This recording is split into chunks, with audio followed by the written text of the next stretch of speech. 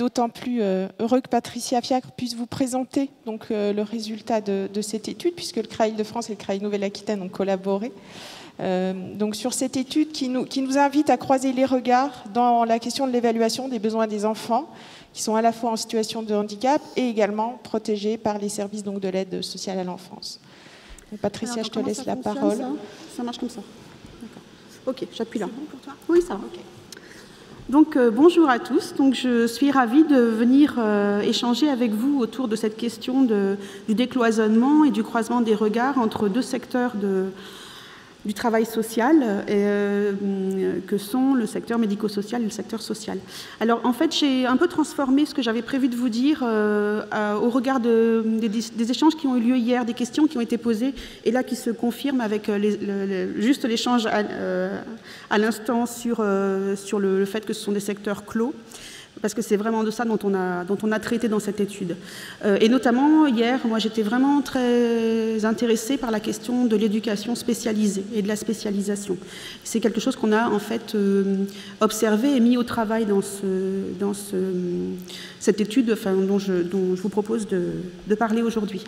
On sait depuis plusieurs décennies, on en parle tout le temps dans les travaux des schémas départementaux, etc.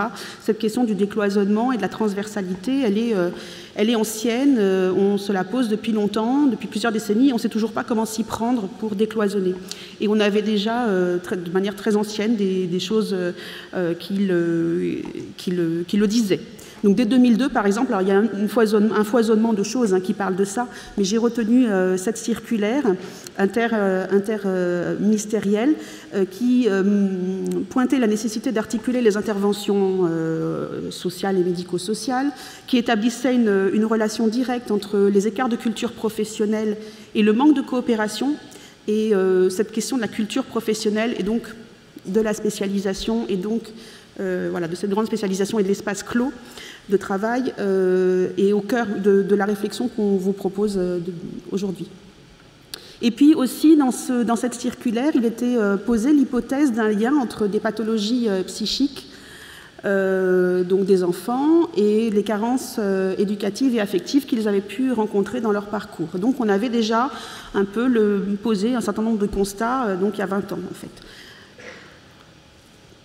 Alors, en Île-de-France, on avait répondu à un appel à projet de l'ONPE, qui s'appelait l'ONED à l'époque, sur les jeunes dits incasables. Et donc, l'ONPE qui venait de se créer à l'époque avait cette question de l'incasabilité qui ressortait sur les territoires. Et donc, on a proposé de faire une étude de population dans laquelle on allait travailler sur les parcours de ces jeunes pour essayer de comprendre qui ils étaient, ces jeunes dits incasables. Je vous dis ça parce que le travail que je vous présente aujourd'hui, c'est la suite de tout ça. C'est la suite de 15 ans de travail, en fait. Et ce n'est pas terminé. On continue à travailler sur ces questions-là. Dans cette étude sur les jeunes dits incasables, on est parti des enfants qui étaient protégés, désignés par 2 conseils départementaux de services de l'aide sociale à l'enfance comme des incasables, et on a regardé qui ils étaient, quelles étaient leurs caractéristiques et leurs particularités. Et donc, on s'est rendu compte que la moitié de ces jeunes, et c'était une grande surprise, moi je ne m'attendais pas à ça, la moitié des jeunes de notre échantillon avaient une orientation médico-sociale. Donc c'était vraiment, on imaginait 2 publics très distincts, en fait, les enfants protégés, les enfants en situation de handicap, on les reliait pas. Et là, on trouve dans ces jeunes dits incasables un certain nombre d'enfants, enfin une part importante d'enfants qui étaient repérés dans le champ médico-social. 65% d'entre eux étaient suivis par les services de soins en santé mentale, donc une proportion importante, avec des soins relativement lourds, des hospitalisations complètes, durables, etc. Donc voilà, une situation aussi sur le plan de la santé mentale particulière, et une déscolarisation massive, 6 sur 10 étaient déscolarisés au moment de l'enquête. Donc voilà, on repère ces situations-là, et une des conclusions de cette étude était de montrer que ce qui avait pu, enfin en tout cas ce qui n'avait pas aidé à la résolution de la situation de ces jeunes-là, c'était le manque de coopération entre les acteurs du champ médico-social, social et sanitaire qui étaient impliqués dans ces situations. Et on repérait peu d'espaces de coopération, voire de grandes incohérences dans les interventions.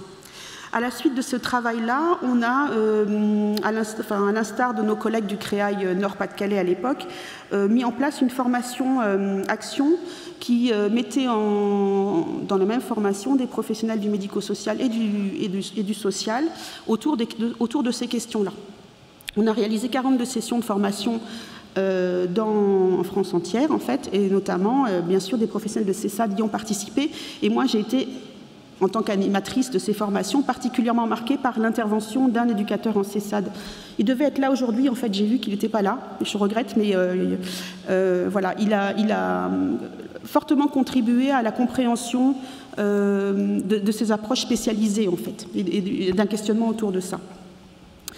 Bref, revenons à nos jeunes en situation de handicap et protégés. Donc Geneviève Avenard, dans son rapport, qui a consacré son rapport de 2015 à cette question-là, elle les appelle les enfants invisibles. Donc c'est une population qui reste mal connue. On ne connaît pas bien les caractéristiques de ces enfants en situation de handicap et protégés. Mais donc dans ce rapport, il y a une première évaluation d'une proportion en fait de ces enfants parmi les enfants protégés. Elle est quantifiée autour de 17%, donc des enfants protégés qui sont en situation de handicap, et c'est une surreprésentation par rapport à la population générale, puisqu'en population générale, c'était entre 2 et 4% d'enfants en situation de handicap. Donc une surreprésentation des enfants en situation de handicap parmi les enfants protégés. Mais voilà, donc ce que je vous disais, on a peu d'autres éléments permettant de comprendre un petit peu et de définir les contours de cette population. Ce qu'on repère, c'est qu'on a une coopération vraiment difficile à mettre en œuvre et donc qui a du mal aussi à s'organiser. Mais ce n'est pas très étonnant, parce que ce qu'on a organisé en France réglementairement, c'est la loi qui le pose, c'est que les projets que l'on doit définir pour ces jeunes qui sont en situation de handicap et protégés sont divers. Donc, réglementairement, ils disposent d'un projet pour l'enfant, d'un PPE, d'un plan personnalisé de scolarisation, d'un PPS, qui est obligatoire pour tous les enfants en situation de handicap scolarisés, d'un PPC éventuellement quand il faut mettre en place une compensation du handicap, donc une prestation de compensation du handicap, d'un projet de soins quand il y a un acteur du soin qui intervient, et puis après il y a des projets personnalisés qui sont déclinés par chacune des structures ou des services qui accompagnent l'enfant, que ce soit dans le champ de la protection de l'enfance ou dans le champ du handicap. Donc voilà, on a ce foisonnement de projets qui sont construits par des équipes différentes et qui sont très peu mis en lien. Et dans la réglementation et dans la loi, on n'a pas d'indication pour dire comment on devrait faire, pour mettre tout ça en lien et en regard. Donc, comme le disait M. Catselin, on a encore du travail aussi en France pour pouvoir relier ces projets et les mettre en cohérence les uns avec les autres. Alors, maintenant, pour venir à ce travail qu'on a mené, on avait deux axes de travail. Le premier axe, c'était de réaliser une étude de population pour essayer de caractériser ce public, de qui on parle, quelles sont leurs caractéristiques. Donc, on a fait une étude à partir de dossiers qui concernent 330 enfants, 340. Et puis, la deuxième partie, c'était d'identifier les conditions qui seraient favorables à une meilleure coopération entre les services de la protection de l'enfance et les services et les MDPH. Alors, on a mis longtemps à mettre en place ce travail. Il a fallu plusieurs années de construction de ce projet pour obtenir un soutien. Donc, c'est la CNSA qui a accepté de nous soutenir. Et puis, assez étonnamment, 2 caisses de retraite qui ont aussi financé cette étude et la mutuelle Humanis. Je le signale parce que c'était quand même assez intéressant que ce soit pas tellement le champ de la protection de l'enfance qui s'engage sur cette question. Donc on a travaillé dans 4 départements, le Val d'Oise en région Île-de-France et puis en Nouvelle-Aquitaine, la Charente-Maritime, les Landes et la Corrèze. Et donc on a travaillé avec les acteurs de la protection de l'enfance, de la MDPH, des MDPH, et puis un petit peu avec un temps de retard, mais c'était de notre faute, avec l'éducation nationale. Je vais vous expliquer pourquoi c'était de notre faute. Alors la méthode qu'on a suivie, c'est qu'on a demandé au département d'établir une liste commune des enfants qui étaient connus de l'aide sociale à l'enfance et de la MDPH. Ça a déjà été un gros travail. En fait, la première complexité est arrivée là, c'est-à-dire comment est-ce qu'on repère les enfants communs. Et donc ça a aussi un peu questionné les services pour faire ce travail-là, puisqu'ils ont eu du mal à le faire. Et ensuite, on a fait un double relevé d'informations, donc auprès des MDPH et des services de l'aide sociale à l'enfance sur ces situations communes. Donc on a un double relevé d'informations qui nous a donné un certain nombre d'éléments de compréhension sur ce dont disposent les uns et les autres, ce dont ils ont besoin pour prendre des décisions, etc. Donc on a fait un traitement de cette base de données. On a aussi bien sûr réalisé des entretiens avec les équipes pour voir un petit peu comment ils fonctionnaient, quelles étaient les grandes orientations départementales, de la politique départementale sur ces questions. Et en même temps, on a bien sûr travaillé sur les schémas départementaux, sur les politiques départementales, pour voir comment c'était pensé, la transversalité était pensée au niveau politique. Et alors aussi un autre moment de cette recherche qui a été extrêmement intéressant, c'était d'observer des temps de synthèse, des temps de travail collectifs, dans lequel les acteurs de l'aide sociale à l'enfance et de la MDPH se retrouvaient. Et là où on a en fait commis un manquement, on va dire un impair, c'est qu'on s'est centré sur les commissions ou les lieux de synthèse qui étaient organisés par l'aide sociale à l'enfance et par la MDPH. Et on a un peu oublié l'éducation nationale à ce moment-là. Donc on a organisé l'observation de groupes opérationnels de synthèse, de CDAPH, de synthèse au sein de l'aide sociale à l'enfance. Et on a repéré dans ces temps d'observation, on a repéré qui demande quoi, qui a besoin de quelle information, quelles sont la nature des débats et des échanges qui permettent aux uns et aux autres de fixer leur évaluation, de se faire une représentation de la situation de l'enfant pour pouvoir prendre des décisions le concernant. Et ce qu'on a oublié, en fait, c'est les équipes de suivi de scolarisation. On n'a pas observé, en fait, ce qui était une erreur parce qu'on s'est rendu compte que c'est là que tout le monde se retrouvait, en fait. Et ça a une conséquence un peu directe. Voilà. Et ensuite, on a construit donc un outil, une trame pour un outil partagé d'évaluation des besoins qui est le résultat de ce travail qu'on a fait d'observation, mais aussi de recueil de données dans les dossiers, et où on s'est rendu compte qu'il y avait quelque chose qui pouvait être vraiment intéressant, c'est de marier le GEVASCO avec la trame du projet pour l'enfant. Donc la trame du projet pour l'enfant qui a été proposée par la DGCS, elle se marie très bien avec le GEVASCO. Et ce qui est super intéressant, c'est quand on travaille avec les équipes de protection de l'enfance et qu'on leur parle du GEVASCO, ils nous disent c'est pas nous le GEVASCO, c'est pas pour nous, le GEVASCO c'est les autres. Et l'intérêt de ce GEVASCO, quand il existe, eh bien, il est complètement ignoré par les équipes de protection de l'enfance. Et ça, c'est bien dommage. Donc, en fait, on a marié le GEVASCO avec le PPE et ça se mariait super bien. Et à partir de cet outil, ce nouvel outil commun, eh bien, on a travaillé sur des situations réelles, en temps réel, sur de l'évaluation. Alors, je vais passer sur les principaux constats qu'on a faits. Il n'y a pas d'accord, il y a même des désaccords concernant la co-responsabilité des acteurs. Qui est le chef de file? En fait, c'est tranché, c'est l'aide sociale à l'enfance. Mais comment est-ce qu'on définit et on partage la responsabilité entre les différentes institutions? Donc ça, c'est un débat, c'est pas encore très clair pour tout le monde. Il n'y a pas d'accord, en fait, il y a des définitions différentes de ce qu'est un besoin. Vous connaissez sans doute la démarche de consensus sur les besoins de l'enfant qui a été élaborée en 2017 et qui pose, du point de vue de la protection de l'enfance, qui définit les besoins fondamentaux de l'enfant. Ce n'est pas tout à fait la même définition que ce qu'on peut avoir dans le champ médico-social sur le besoin, qui vient d'être décliné aussi tout à l'heure par M. Castelin. Enfin voilà, cette interaction entre un environnement et des réalisations.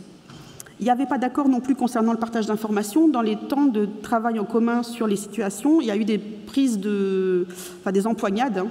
Si vous ne me dites pas, si vous ne me donnez pas cette information, je ne vous donnerai pas celle-ci. Donc c'était vraiment des choses assez tendues sur le partage d'informations. Et ce partage d'informations qui est mis en avant pour expliquer qu'on ne va pas aller au bout de la coopération. Et puis aussi, il n'y avait pas d'accord concernant le travail avec les familles. Dans le champ de la protection de l'enfance et dans le champ médico-social, c'est un petit peu différent, la manière de travailler avec les familles.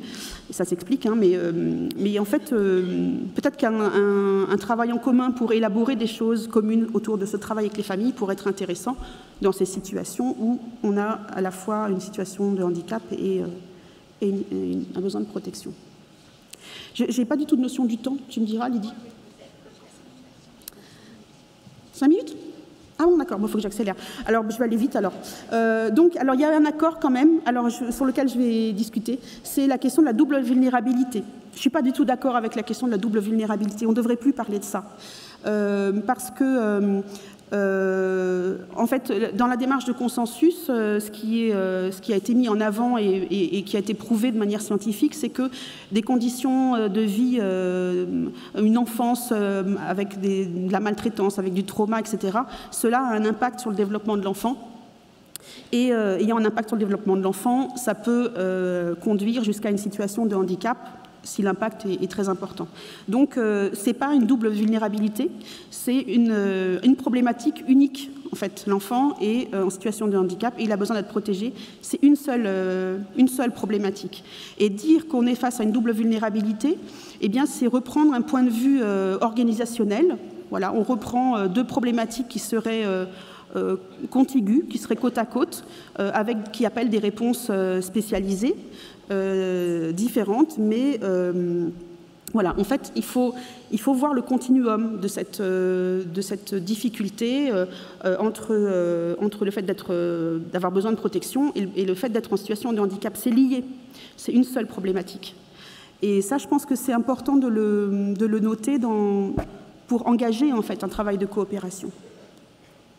Alors, du coup, je m'arrêterai là. On a repéré des logiques concordantes, en fait, entre les deux secteurs, qui s'articulent autour du développement de l'enfant. C'est-à-dire que prendre en considération au cœur de la préoccupation le développement de l'enfant, eh bien, ça peut permettre de construire cette coopération. En protection de l'enfance, l'objectif principal, qui est donc soutenu lors de la démarche de consensus, c'est d'assurer le méta-besoin de sécurité de l'enfant. C'est ça l'objectif poursuivi, c'est d'assurer sa sécurité. Du côté du médico-social, l'objectif, c'est de compenser les limitations d'activité. Dans le champ de la protection de l'enfance, on parle d'autonomie et de socialisation. Dans le champ du médico-social, on parle d'autonomie et de participation sociale. Et alors là, la question de l'éducation spécialisée, moi, elle me semble vraiment très, très intéressante à creuser, parce que socialisation et participation sociale, ce n'est pas tout à fait la même chose. Ce n'est pas tout à fait le même travail éducatif. Ce n'est pas tout à fait la même façon de penser le travail éducatif. Et je trouve que c'est très, très intéressant que des professionnels du secteur de l'éducation spécialisée puissent réfléchir à la congruence de ces notions. Quand on socialise un enfant, on va l'aider à devenir un être social, à pouvoir vivre en société, à être dans une certaine forme de mise en conformité, on va dire. Je caricature, peut-être que vous n'allez pas être d'accord avec ça, mais voilà. Et par contre, quand on aborde la question de la participation sociale, on réfléchit davantage en termes d'inclusion, je trouve. Voilà. Il faut que je m'arrête 2 minutes. Okay. Alors voilà, donc je vais continuer un petit peu. En termes de constat, d'autres choses qu'on a constatées, c'est qu'il y a des écarts de temporalité dans l'information disponible. L'aide sociale à l'enfance, elle a des informations en continu, elle actualise l'information, elle l'actualise sous forme de papier, c'est-à-dire qu'on a des dossiers énormes dans lesquels on superpose des informations, mais qui ne sont pas traitées en tant que telles. Donc, très bonne actualisation, par contre, une difficulté d'accès aux données. Donc voilà, je passe sur les caractéristiques. La représentation légale de l'enfant, elle est mal connue de la MDPH. La MDPH, elle a des informations actualisées au moment du renouvellement des dossiers, enfin des orientations. Donc elle n'a pas d'informations en continu. Donc elle a des informations qui sont erronées, qui sont anciennes, dans les 2 années... Entre le renouvellement il s'est passé des choses, la MDPH, elle n'est pas forcément au courant. Elle connaît peu la nature des mesures de protection qui sont en cours, parce que les données ne sont pas actualisées, et elle n'a aucune connaissance des droits de visite et d'hébergement qui sont accordés aux parents, ce qui a un impact sur ce qui pourrait avoir un impact sur les droits, notamment sur l'AEH. Et alors, du côté de la protection de l'enfance, on ignore complètement, on le passe sous silence, en tout cas, c'est pas une question, la question de la réalisation des enfants dans les actes de la vie quotidienne, c'est complètement absent des dossiers de l'ASE, sauf, c'est super bien fait quand l'assistante maternelle a demandé une prime de suggestion par rapport au fait qu'elle accueille un enfant en situation de handicap, qui a des besoins particuliers, qu'elle va avoir besoin de temps particulier pour pouvoir l'accompagner dans les actes de la vie quotidienne. Et là, c'est super bien fait, en fait. Donc il y a l'outil, il existe, mais il est utilisé que dans le cadre d'un accompagnement de l'assistante maternelle. C'est bon? Je m'arrête. Voilà, et alors juste le dernier point dont je vais parler, c'est que quand on a regardé dans notre population la scolarisation, eh bien, on s'est rendu compte que les enfants en situation de handicap et protégés sont largement moins scolarisés à l'école ordinaire que les enfants en situation de handicap. Donc c'est là la protection, en fait, qui va être un indicateur de moindre scolarisation. Merci beaucoup, Patricia. On peut